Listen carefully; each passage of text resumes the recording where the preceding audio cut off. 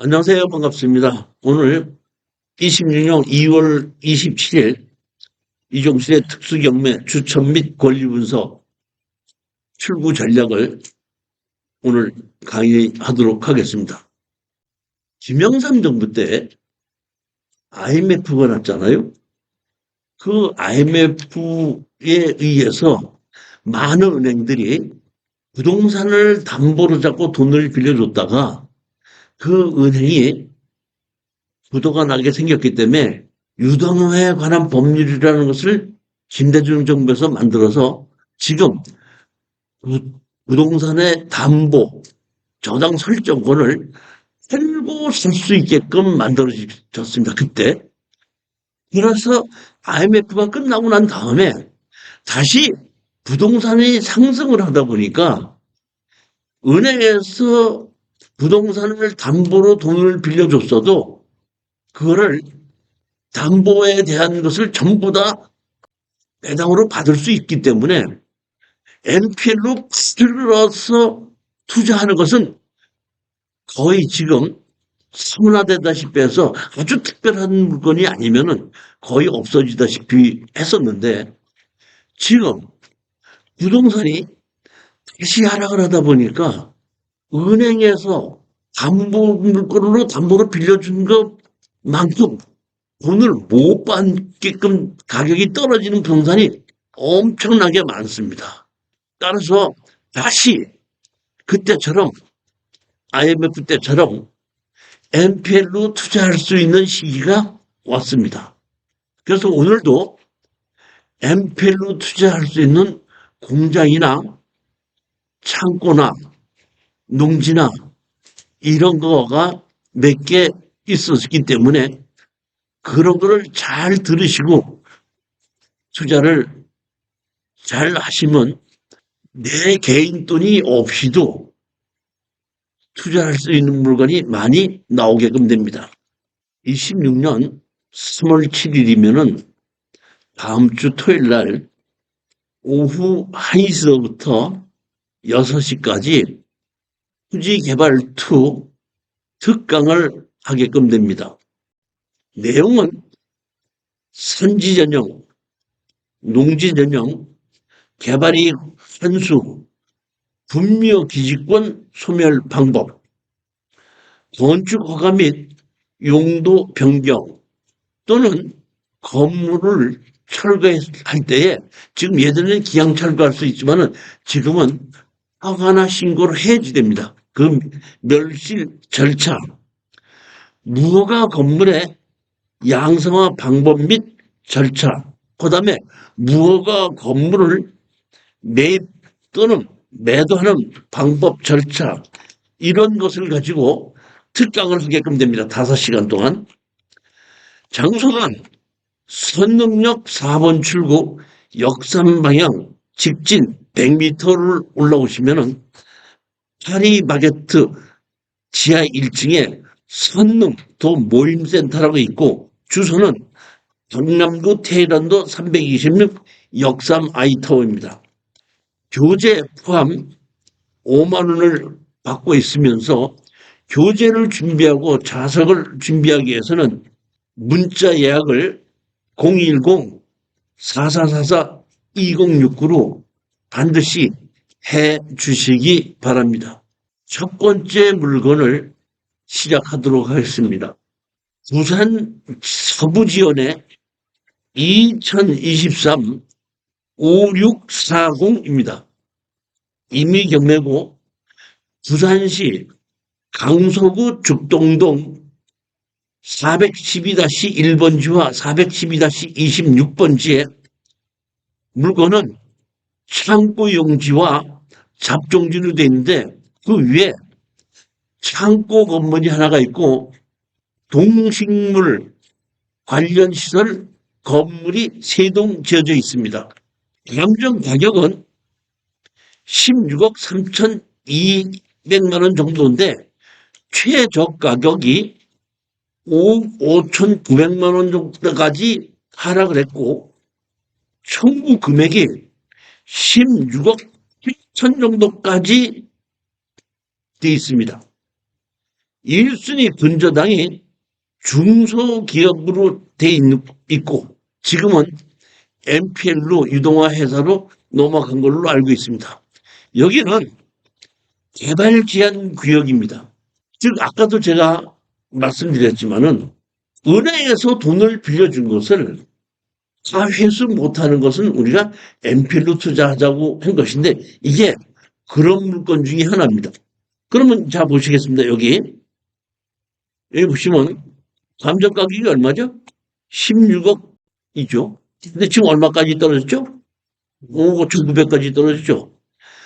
아무 문제가 없는 부동산이 이렇게까지 하락할 이유가 있겠습니까? 어떻게 생각하세요?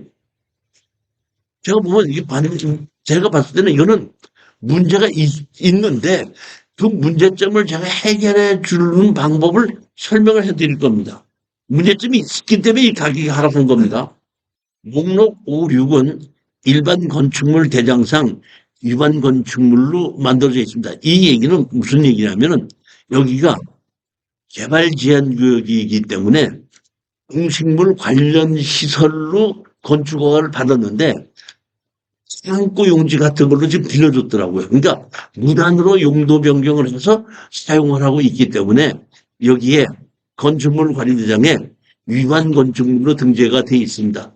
따라서 아마 위반 건축물로 등재가 돼 있기 때문에 방지 이행금이 아마 어느 정도는 나오고 있을 겁니다, 지금.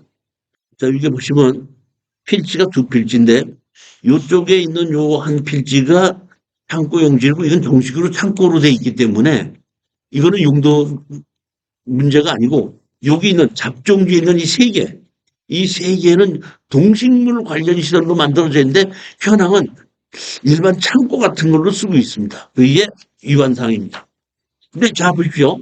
이것이 지금 그 감정평가사가 제출한 것인데 여기 보시게끔 되면은 요 위에 뭐가 있죠? 412-25 탑이 있죠. 그다음에 여기 412-27이 있죠. 그럼 여기 위에 노란 게 칠한 것이 이것이 도로죠.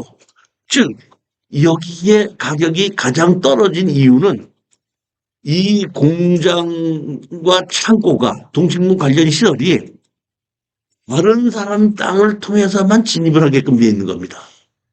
자, 그럼 생각해 보시오. 여기 지금 16억짜리가 6억으로 떨어져서 투자하라고 그러는데 다른 사람 땅을 이용해서 들어간다고 그러면 투자하고 싶은 마음이 생겨요?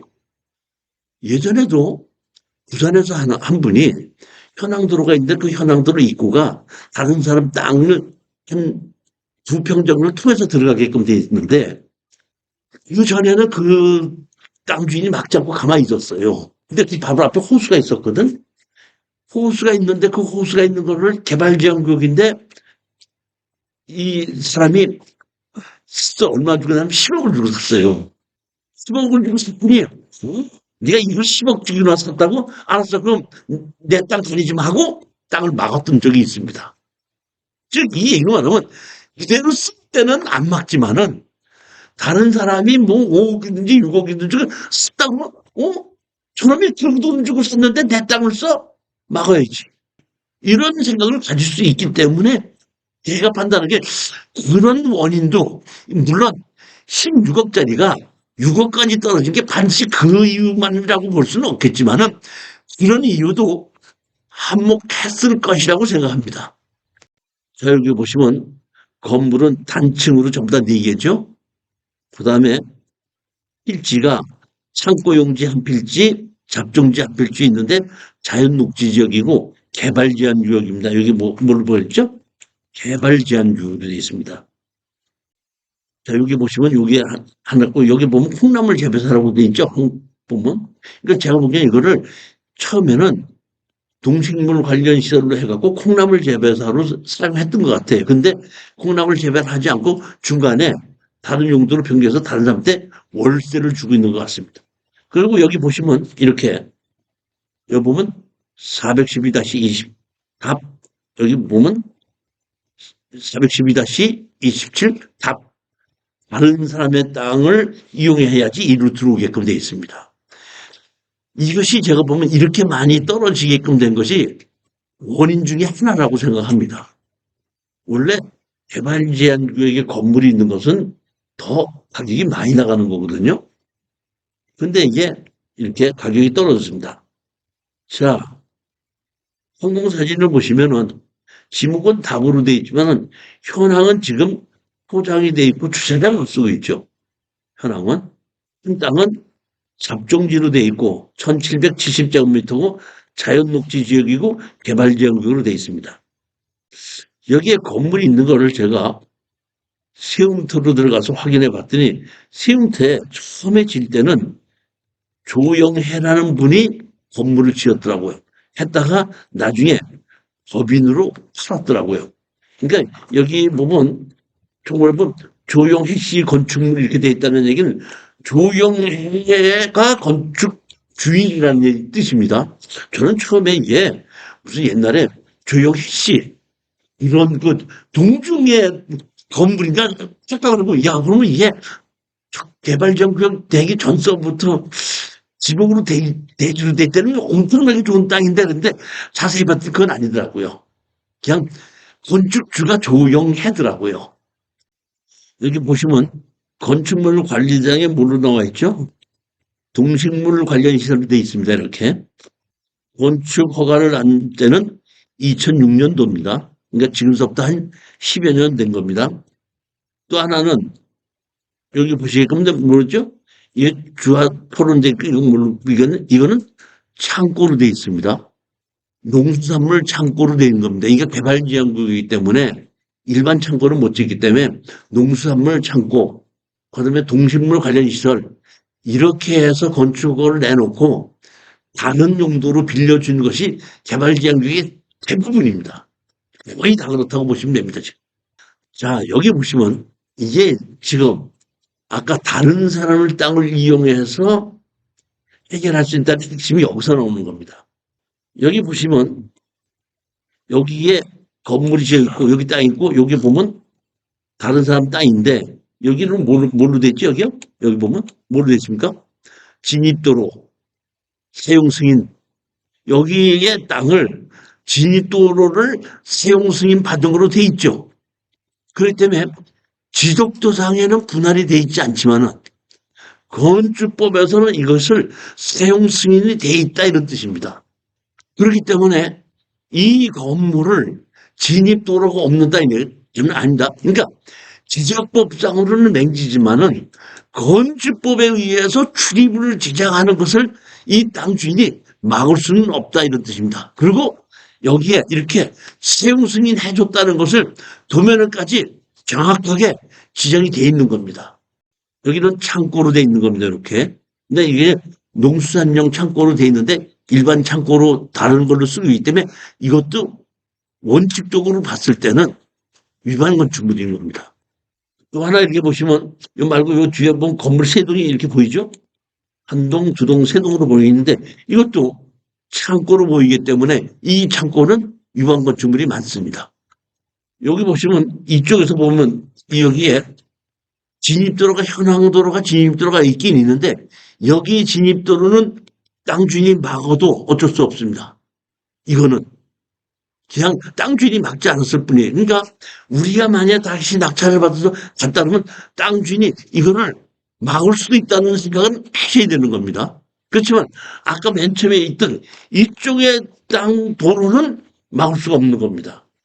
그럼 제가 이거를 누구한테 어떻게 해서 사용 승인을 받았나 하고 봤거든요. 봤더니 땅 주인이 누군가 봤더니 누구네? 부산광역시 강서구 아니면 분유지 강서구 구 땅이더라고요. 그렇기 때문에 이게 개인 땅인가 아니고 분유지다 보니까 이거를 사용승인을 받았고 사실 분유지이기 때문에 그 옆에 땅을 그대로 쓰고 그 앞에를 포장해서 주차장으로 쓰고 있어도 아무 문제가 없이 그대로 용인했다 이렇게 보는 겁니다. 따라서 우리는 이 투자를 했을 때에 제가 여러분한테 도로에 관한 것을 설명을 했기 때문에 여러분들은 사는 데는 지장이 없습니다. 저거 사면 되겠다 하는데 사야 되는 것이 아니라 팔아야 되죠. 그러면 공인중개사한테 그 파는 사람은 공인중개 잘못된 도로 못 보고 이거 도로 없으면 못 파면 이렇게 얘기를 해요. 따라서 반드시 제가 얘기한 이 건축물 관리장과 배치도를 가지고 공인중개사한테다가 설명해 주고 이 앞에 있는 이 도로를 쓰고 있는 땅 주인은 누구고 이렇게 사용수납을 파는 거기 때문에 이 도로를 우리 건물에 진입도로를 써도 아무 문제가 없다는 것을 공인중개사한테 납득을 시켜야지 공인중개사가 마음 놓고 쓰는 사람에게 설명을 해주면서 매도를 하게끔 된다는 게 쓰는 것이 중요한 것이 아니라 사는 것이 중요하기 때문에 팔 때 그런 준비를 해서 팔아야 된다 이런 뜻입니다. 요 뒤에 땅도 똑같이 보면 군유지입니다. 부산 광시 강서구 땅입니다. 여기 보시게끔 되면 16억 8천이죠. 근데 청구를 16억 8천을 했죠. 꽉 찼다는 얘기입니다. 유동화 회사로 넘겨간 겁니다. 여기 보시면 부산광역시인데 여기 보면 뭘로 돼 있죠? 유동화 회사로 갔으니까 중소기업 때 유동화 회사로 넘어갔으니까 여러분들은 이 유동화 회사에서 지금 16억까지 하락한 것이 아까 얼마까지 하락했죠? 5천인가까지 하락했죠. 뭐 아까 맨 처음 걸 한번 다시 한번 보시겠습니다. 5억 5,900이죠. 먼저 가격이 7억 9,900이죠. 그럼 우리는 MPL 회사에다가 얘기할 때는 5억 5,900과 7억 9,900에 그 한도 내에서 적당한 가격으로 이거를 팔으라고 얘기를 하는 겁니다. 그러면 여러분이 7억에 팔으라고 그래야 돼요? 6억에 팔으라고 그래야 돼요? 여러분이 얼마에 제시할 거야? 제시해야 될 인지할 거 아니에요. 그러면 유동화에서 판다든지 안 판다든지 하려면 내가 가격을 제시해야 되잖아요. 가격을 제시를 어떻게 할 거예요? 얼마로 합니까? 자, 그 가격을 제시하는 걸 제가 설명을 드립니다. 여기 보시면 보증금이 얼마죠? 2,500이죠. 월세가 얼마죠? 300만 원이죠. 월세 300만 원이면 연 얼마 들어오는 거죠? 7,200이죠. 7,200에 월 내가 들어온다 그러면은 내가 7,200을 은행에서 대출로 받았을 때 얼마 정도를 7,200을 이자를 내려면 얼마를 대출 받을 수 있을게요? 대출 받았을 때 7,200만 원을 낼 수 있는 정도. 아니, 그러니까 내 얘기는 지금 우리가 내가 이거를 7억에 사야 되겠다 했을 때 내가 돈이 한 2억이 있으니까 5억은 대출을 받아야 되겠다. 그럼 내가 살 때까지 5억의 대출 이자를 못 낼 거 아니에요. 내 쓴돈으로 내기는. 그렇다면은 여기서 월세를 받는 것이 있으니까 월세를 받아고 내가 팔릴 때까지 버틸 수 있는 가격이 얼마를 대출을 받겠느냐. 난 투자는 1억이든지 2억만 하겠다. 그러면서 내가 이걸 한 2년 동안을 쓰는 기간을 2년을 보겠다. 2년을 보는데 2년 동안 기다리면서 내가 이자를 내야 되는데 이자를 내가 생으로 내는 것이 아니라 월세를 받는 걸로 이자를 내겠다. 이렇게 해서 그 이자로 내가 혼자 2년 동안 견딜 수 있는 금액이 얼마라는 것을 본인이 판단하시고 그 가격에 제한을 하셔서 이게 얼마에서 6억이었죠. 그러면 여러분이 이거를 사셔서 16억을 사서 예를 들어서 15억에 낙찰을 받아서 실질적으로는 7억의 낙찰을 쓴 거죠. 7억을 사서 5억 대출을 받고 내 돈이 2억 들어가 있는 거 아니에요. 그렇게 해놓고 그 이자를 5억에 대한 이자를 이 월세를 받는 걸로 낼 수 있을 한도 내에서 투자를 해라 이런 얘기입니다. 내가 이 부동산이 아무리 좋다고 해도 또 팔릴 때까지 내 돈으로 이자를 내겠다는 건 저는 추천하지는 않습니다. 그 한도에 들어오지 않으면 추천하지 말고 그런 한도에 내에 들어오겠다 그러면은 여러분이 다시 현장을 가서 확인을 해봐야 돼요. 어떻게? 아, 그런 정도쯤 내가 가능하다 하면은 현장 가서 근처에 있는 공인중개사에 가서 이 땅을 감정가가 16억인데 감정가대로 팔 수는 있다고 볼 수는 없잖아요. 그러면 공인중개사한테 물어보게끔 되면 아, 12억에 팔 수 있다든지 10억에 팔 수 있다든지 그건 나올 거 아닙니까?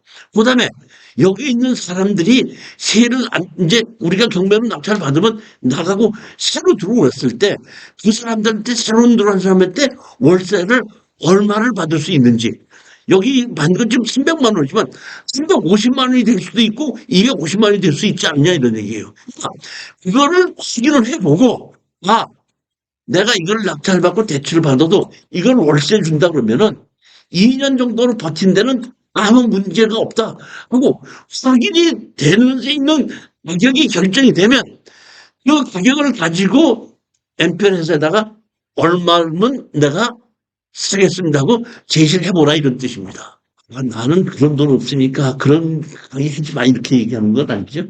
아니 지금 제가 얘기하는 거는 이 부동산뿐이 아니라 지금 아마 제가 보기에는 올 한 1년 동안은 NPL 물건이 상당히 많이 나올 거예요. 그렇기 때문에 그런 거는 전부 다를 잘 생각해 보면 된다는 얘기. 할 자신만 있다 그러면은 이걸 예를 들어서 12억이든지 13억 주고 팔 자신만 있다 그러면은 이거 봅시다. 16억을 주고 사서 얼마에 낙찰 받아? 12억에 낙찰 받아요. 12억에 낙찰을 받고 잔금 대출해봐요. 얼마 해줘요? 잔금 대출 얼마 해줘? 12억 주고 낙찰 받아서 공장 12억 주고 낙찰 받아서 잔금 대출 얼마 해줘요? 7, 8억 해주죠. 그럼 내가 7억이나 8억 주고 이걸 샀다 그러면 내 돈 하나도 안 들고도 할 수 있는 거예요. 예전에 어떤 한 분은 그걸 사가지고 한 2억을 딱 자기 현찰로 놓고 2억을 가지고 2년 동안 이자를 내가면서 팔더라고요. 이 사람들은 거야. 형님한테 변호사더라고. 내가 이거 하나 해줬더니 이건 누구한테 해주면 되겠습니까? 했더니 그거 우리 정말 변호사님이 살려고 하는데 난 사무장인데 변호사님 산다고 하는데 해도 되겠습니까? 그러더라고. 그럼 그렇게 하라고. 했더니 자기 한다는 거 2억 턱 놓고 2년 동안 2년 계속 줘. 그때 평택 땅이었거든. 그때 우리가 살 때가 90만 원인가 100만 원 주고 샀는데 2년 동안 계속 이자를 내길래 아무리 변호사라도 몇백만 원을 어떻게 2년 동안 이자를 내놨는데 그때쯤 되니까 그게 250이 가더라고. 평택 땅이 올라갈 때니까. 그래서 내가 저 변호사가 이 평택 땅이 올라간다는 걸 알았으니까 지금 팔지 말고 이자를 주더라도 한 2년 버티면서 그런 것도 보긴 봤어요. 근데 지금은 그렇게 부동산이 상승하는 시기는 아니란 얘기예요. 제 말씀은 이거를 비판하는 게 아니라 NPL 투자하는 방법에 대해서 설명을 드린 거예요. 반드시 대출 금액과 월세 나오는 것을 비교를 해봐서 내가 저거를 대출을 받아서 일부를 받더라도 내가 2년 동안은 이런 정도 월세는 내가 버틸 수 있다 하는 때에 입찰에 들어가라는 겁니다. 그리고 입찰에 들어간다고 들어가자 내 계획이 쓰러진다면 다시 한번 감정평가를 믿지 말고 그대로 한번 확인을 해보라는 겁니다.